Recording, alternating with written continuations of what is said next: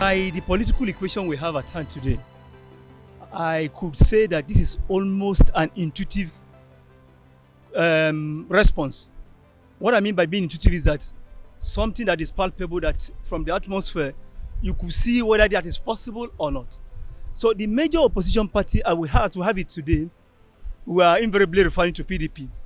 So when the house is not in order, of course you have Labour parties, but when you talk about the major opposition party, we have to reckon first and foremost with PDP, reckoning with the fact that the status quo, what we have today, was being battened, given birth to as a defeat of PDP. Now, what do we expect is that once the PDP has lost power, especially at the center, you expect a galvanized PDP that will have, before you can get galvanized, your internal structure has to be put in place. But that we cannot see now. Rather, what we are seeing is an aggravated situation internally, how much more externally. So a house that cannot have its own internal arrangement being constituted and being normalized, then there's a big problem ahead.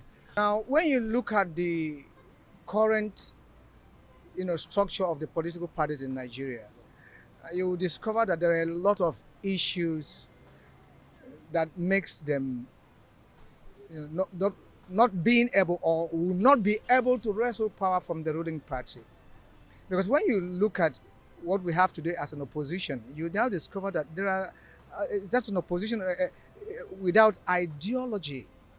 You have people who have assembled themselves together just for the sake of maybe probably wrestling power from the ruling party without actually having, concretely what they want to do with power.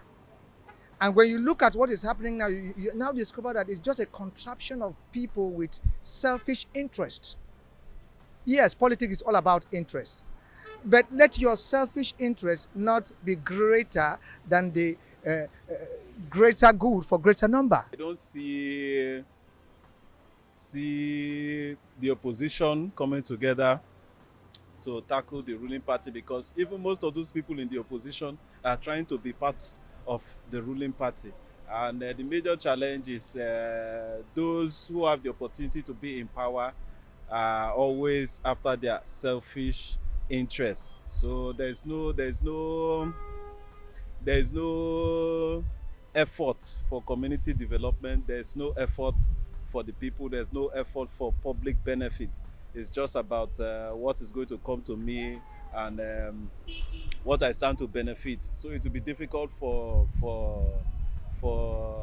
opposing political ideologies to come together to say they want to unseat the ruling party. It will be very difficult. It will be very difficult.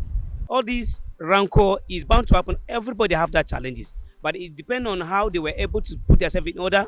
If they are ready, they know what to do. They should come together and be united and see how they can find a solution to all the rancor and the challenges they are facing through. Especially when it comes to, there's no way you ask a common Nigerian in the streets whether he's enjoying the reality on ground. You don't need to get the answer. He will give you answer straightforward. But the truth is, when the opposition are not in order, they are not ready to rescue any power from anybody unless they put themselves in order. And the biggest challenge they will have is how will they agree with each other? Because anybody is the desperation about his own personal interest. We know enemy within is bigger than enemy outside, because he's the one that consumes you in and out. You find it difficult for you to agree on what you want to do. If they can able to come together and agree, they will succeed. You are asking me what I expect is that PDP has to wait for maybe another time. Maybe this is still a phase of trying to get things right for them. I'm not wishing them bad.